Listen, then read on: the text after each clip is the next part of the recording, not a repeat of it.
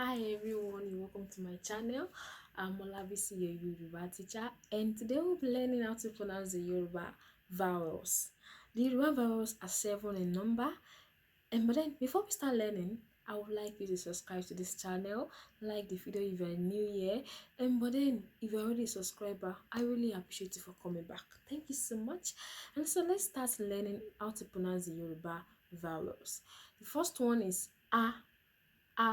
It's as if you want to pronounce apple, as if you want to say apple, apple, apple. So the A pronunciation in apple, A, A. The second one is A, A. It is pronounced as letter E in English language, but A in Yoruba language. So A, as if you want to say letter A in English language. So A. And the next one is as you want to pronounce egg, egg. The E pronunciation in egg. So egg. The next one is E. It is pronounced as letter I in English language, but in Yoruba language it's pronounced as letter as E.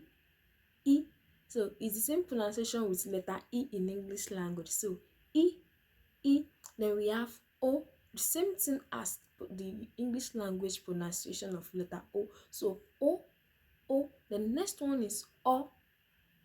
As if you want to say all, all, all. So all, all.